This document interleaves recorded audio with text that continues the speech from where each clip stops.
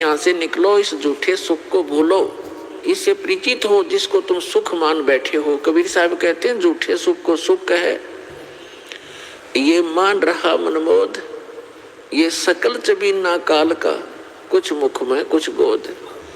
यहाँ सब ये काल का आहार है। इस झूठे सुख को आप सुख मान बैठे हो, ये सुख नहीं है।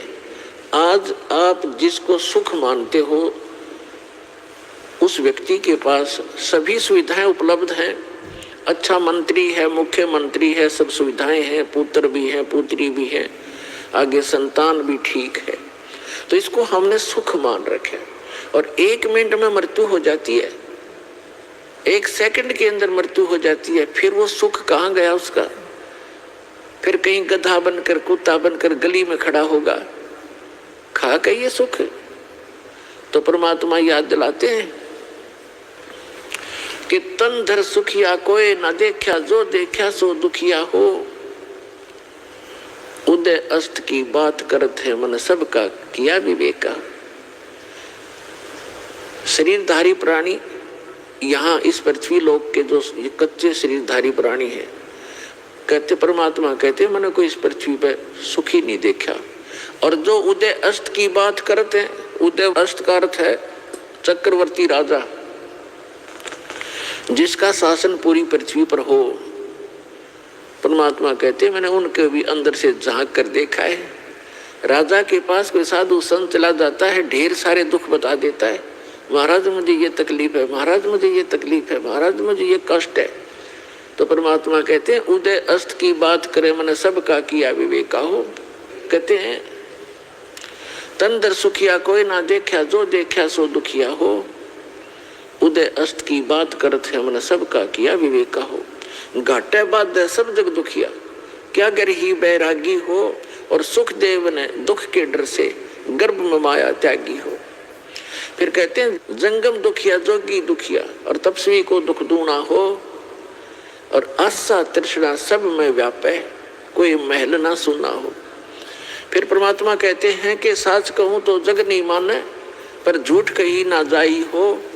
और ये ब्रह्मा विष्णु महेश्वर दुखिया, जिनने ये राह चलाई हो।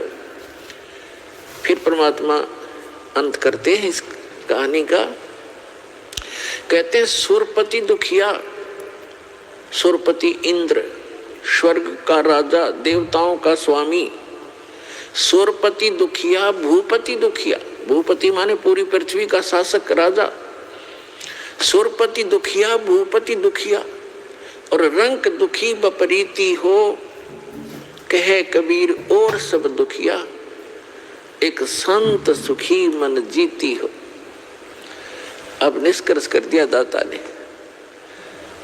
कि आप जी श्री ब्रह्मा, श्री विष्णु, श्री शिव जी को एक सुप्रीम पावर मानकर इनकी आराधना कर रहे हो, और इनसे हटकर कोई कहना सुनाना चाहता है तो आप जी बिल्कुल सुनना नहीं चाहते। तो परमात्मा कहते हैं कि साच कहूं तो जग के जचे नहीं, इस संसार मानना नहीं कि ब्रह्मा विष्णु महेश भी दुखिया, पर झूठ कही ना जाई हो। और ये ब्रह्मा विष्णु तुम्हारे शिव जी दुखिया, जिन ये राह चलाई हो। अब विचार करके देखो, विष्णु जी को श्राप दे दिया किसने? नारद जी ने। क्यों? क्योंकि उसने हरि का रूप मांगा था विवाह करवाने के लिए, और कहते विष्णु जी ने उसका बंदर का मुख लगा दिया, जिस कारण से नारद जी ने भगवान विष्णु को श्राप दे दिया। उस श्रापवश भगवान श्री विष्णु श्री रामचंद्र रूप में राजा दशरथ के घर जन्म लिया।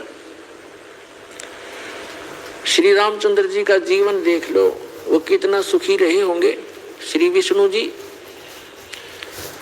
विवाह हुआ छोटी आयु में, विवाह होते ही वनवास हुआ, वनवास में उसकी धर्मपत्नी का अपहरण हुआ, वो रावण राक्षस के जेल में पड़ी है, हाहाकार मचा हुआ। फिर सीता जी को उस रावण की कैद से छुटवाने के लिए कितना भयंकर युद्ध हुआ, करोड़ों व्यक्ति मारे गए, दिन रात हाहाकार मचा रहा। और उसके बाद फिर सीता जी को वापस लाए, अग्नि परीक्षा लेकर। अग्नि परीक्षा माने कि सीता जी को अग्नि में बैठा दिया था चिता के ऊपर कि यदि तूने रावण से संपर्क किया है तो जल जाएगी, और नहीं किया है तो तू निष्कलंक है, तो अग्नि से जलेगी नहीं। वो अग्नि से नहीं जली। लाखों लोगों के सामने परीक्षण हुआ। श्री रामचंद्र जी सीता जी को लेकर घर आ गया। कुछ दिनों के बाद सीता गर्भवती थी। उधर से किसी धोबी ने व्यंग कस दिया, अपनी पत्नी को कूट रहा था, पीट रहा था और कह रहा था कि तू 2 दिन घर से बाहर कहाँ रही। मैं इस दशरथ पुत्र रामचंद्र जैसा नहीं हूं कि उसकी पत्नी रावण के पास रही 10 वर्ष तक और उसको आज घर रखे हुए है। मैं उस जैसा नहीं हूं। इस बात को श्री रामचंद्र जी ने अपने कानों सुन लिया, क्योंकि वो रात्रि के समय वेश बदलकर घूमा करते थे। उस समय के राजा ऐसी व्यवस्था रखते थे। इस बात को सुनकर के दुनिया में मैं क्या मुंह दिखाऊंगा, मेरे ऊपर उंगली कसी जाती है, टोंट कसे जाते हैं। अगले दिन अपनी धर्मपत्नी सीता जी को घर से निकाल दिया, गर्भवती को। पुण्यात्माओं, यदि हमने लोक वेद लोगों के ही दंत कथाओं से ही अपना शासन व्यवस्थित करना है तो कैसे हम राजा, कैसे हम भक्त, कैसे हम भगवान। लाखों लोगों के सामने परीक्षण किया सीता जी का और वो निष्कलंक। और एक धोबी ने कह दिया कि मैं उसके कहने मात्र से अपनी पत्नी का परित्याग कर दिया, तो धिक्कार है ऐसे डिसीजन को। आम आदमी भी ना करे ऐसी गलती, जिसकी पत्नी के गर्भ हो और उसको घर से निकाल दे, कहाँ जाएगी फिर वो। तो पुण्यात्मा, भले ही उसने लोगों की शर्म से निकाल दिया, लेकिन अंदर से दुख उसका गया नहीं। वो सीता जी कहीं रही, अब उसके बच्चे कहाँ, और आप राजा बना बैठा। सपने में सुख नहीं उस व्यक्ति को, चाहे कितनी बात बनावे। वही श्री विष्णु जी श्री कृष्ण रूप में जन्मे। जन्म से ही दुख शुरू हुआ था, मृत्यु होगी, सुख का सांस श्री कृष्ण जी को नहीं हुआ। श्री विष्णु जी के दूसरे रोल को आप देख सकते हैं। जेल में जन्म हुआ, मामा शत्रु हो गया, कभी काल्यवन, कभी जरासेंग, कभी कोई शिशुपाल उनके साथ झगड़ा करने को आते हैं। फिर जाकर के एकांत स्थान पर अपना स्थान खोजा, द्वारका समुद्र के अंदर, वहां रहे कुछ दिन। उसके बाद अंत देखो श्री कृष्ण जी के पूरे कुल का। दुर्वासा जी ने श्राप दे दिया कि तुम्हारा कुल नाश होगा। श्री कृष्ण जी अर्थात विष्णु जी के सामने उनके 56 करोड़ यादव हो गए थे। 56 के 56 करोड़ आपस में लड़के कटके मर गए। श्री कृष्ण जी के अर्थात विष्णु जी के पोता और पोते भी। तो श्री कृष्ण जी के पोते और बेटे उनकी आंखों के सामने कटके मर गए। तो यहाँ परमात्मा कहते हैं, साच कहूं तो जग नहीं माने और झूठ कही ना जाई हो, ये ब्रह्मा विष्णु महेश्वर दुखिया जिन ये राह चलाई हो। फिर कहते हैं कि सुरपति दुखिया, भूपति दुखिया और रंक दुखी बपरीती हो। सुरपति देवताओं का राजा, इंद्र दुखी। इंद्र की कहानी आप पढ़ कर देखो पुराणों के अंदर। एक बार राक्षसों का और देवताओं का युद्ध हो गया, राक्षस विजयी हो गए।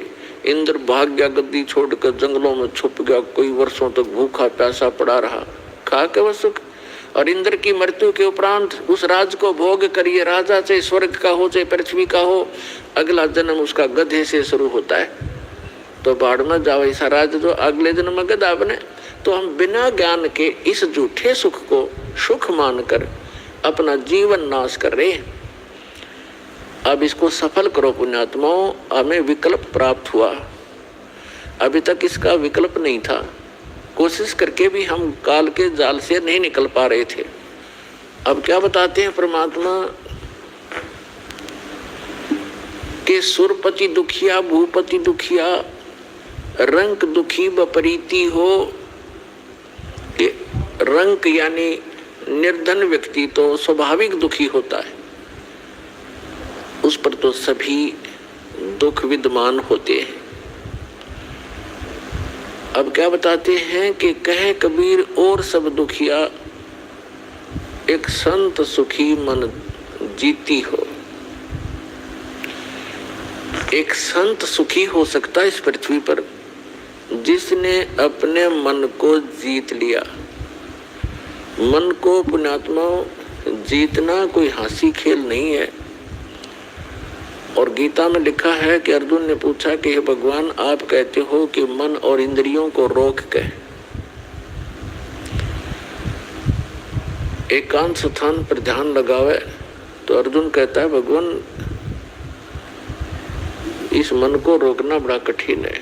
इस बात को गीता ज्ञानदाता भी कहता है कि मन को रोकना तो तूफान को रोकने के तुल्य है।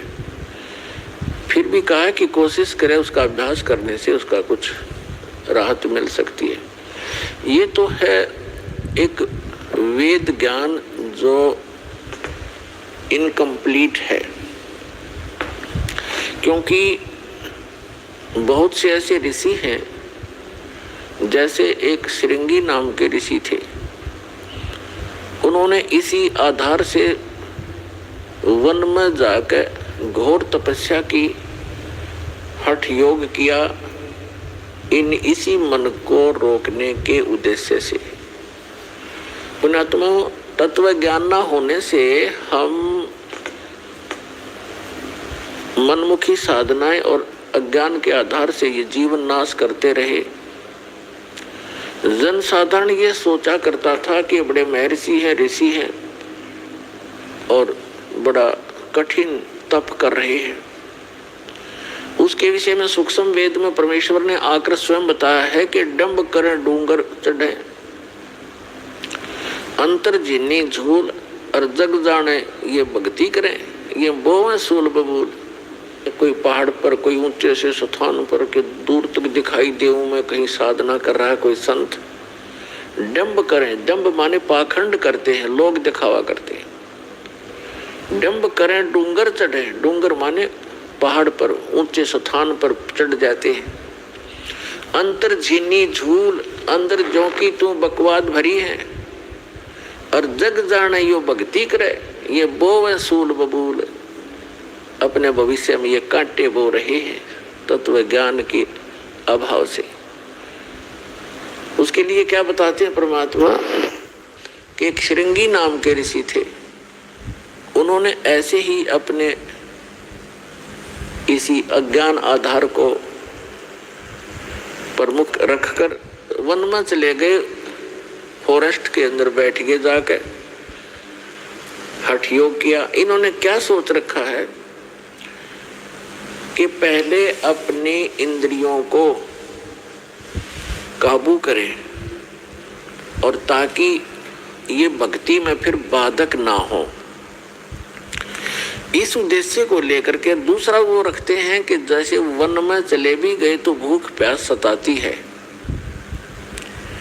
उसके लिए ये महापुरुष क्या करते हैं कि खेचरी मुद्रा का प्रयोग किया करते थे। खेचरी मुद्रा, जैसे कई पंथ हैं, जैसे ये अंसा देश वाले तो इससे गाटा जोड़ रहे हैं। खेचरी मुद्रा, जीभ को उलट कर तालू पर लगा ले और बंद करके नाद क्रिया। ये तो बालकों के खिलौने हैं। इस मन कल्पित ये अपना एक ड्रामा है इस जीवन को नष्ट करने का। तो इसी आधार से श्रृंगी ऋषि ने अमृत क्रिया को सिद्ध किया। जैसा कि ये संत बताते हैं, ये तो इनको तो कख भी पता नहीं अमृत क्रिया क्या होती है। तालू का जीभ लगा लो ऐसे मोड़ कर, और कहते हैं फिर तालू से अमृत टपकेगा। ये तो लाल टपके हैं, अमृत थोड़ा टपकेगा इससे। बकवाद करे।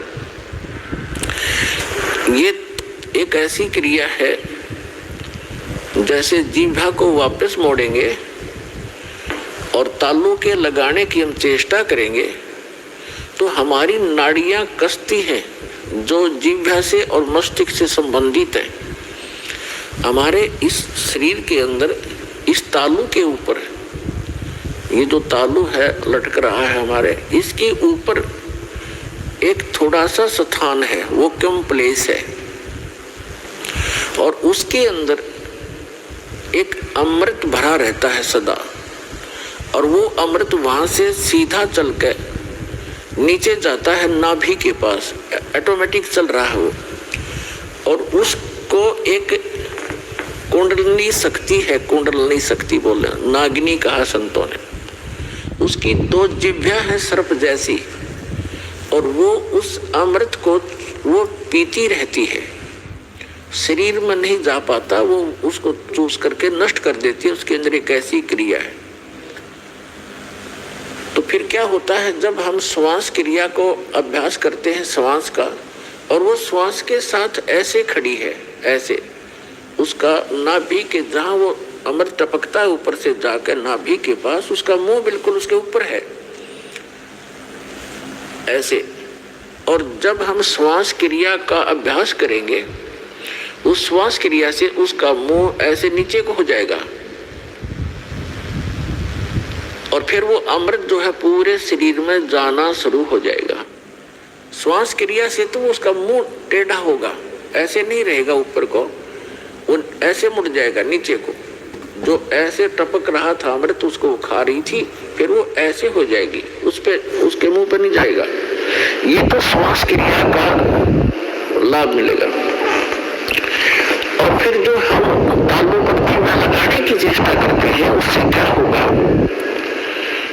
कि इस तालु के ऊपर एक स्थान है जहां पर ये अमृत भरा रहता है, लिक्विड सा है ये, उसके नीचे वो एक जैसे इसको अर्ध छोटा सा बेर होता है, बेर का फल, बेरी का फल, उसको आधा काट दे, साफ कर दे, इतना सा है वो, ऐसे आधा कटा हुआ, और उसके बिल्कुल नीचे एक वाल है, वाल, और उसके ऊपर एक छोटी सी नाड़ी टिकी हुई है जो उस वाल के सुराख को रोक रही है।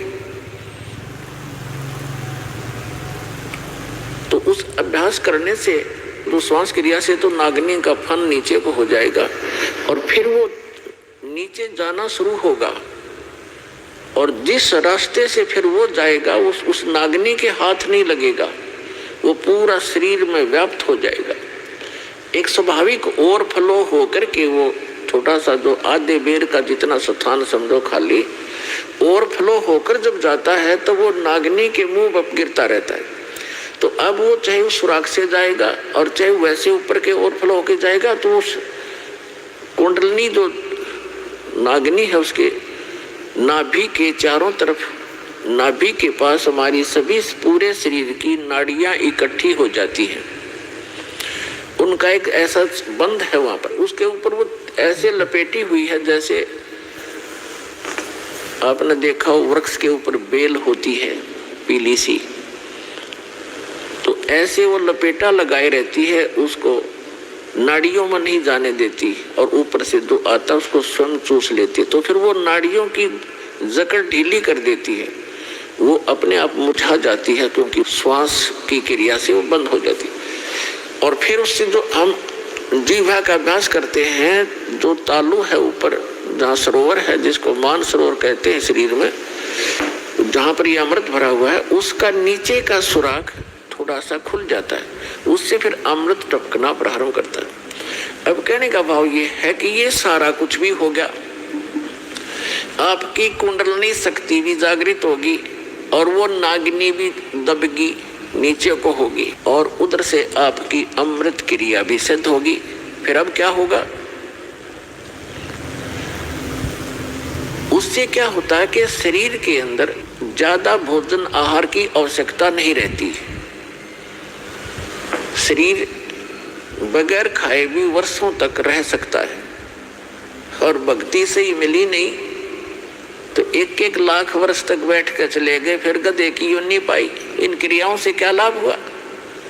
जैसे खेत संवार लिया, बा दिया, घास उसका अड़ंगा खत्म कर दिया, और खूब, और बीज बोया नहीं, बीज है नहीं, गेहूं के स्थान पर भांग बोली, यानी सतमंत्र ना जाप करके अन्य मंत्रों का जाप कर लिया, वो भांग बोधी। तो भांग जीवन रक्षक नहीं है, जीवन नाशक है। तो अन्य मंत्रों से सिद्धियां आ गई इन ऋषि महर्षियों के पास, जो इनके जीवन की नाशक बन गई। आम जनता मत ये ऐसे हो गए जैसे प्रभु पाक के आम जैसे जनसाधारण के लिए तो ये बहुत बड़ी बात होगी। जैसे अगस्त ऋषि जी ने सारे जीवन में डले ढोकर एक सिद्धि प्राप्त की, सातों समुद्रों को एक ही घूंट में पी लिया और फिर प्रार्थना करने पर इनको वापस छोड़ दिया। तो फिर क्या अमर हो गया? आम आदमी के लिए तो बहुत बड़ी पहाड़ है, 1 क्विंटल पानी नहीं पी सकता एक आदमी, तो 10 किलो मुश्किल से पिया जा को घना मर पड़ के, और उसने सातों समुद्रों को पी लिया। तो जनसाधारण के लिए तो भगवान सिद्ध हो गया वो, लेकिन कख नहीं था। अध्यात्म ज्ञान की तराजू में उसको तोल कर देखेंगे -0 था वो।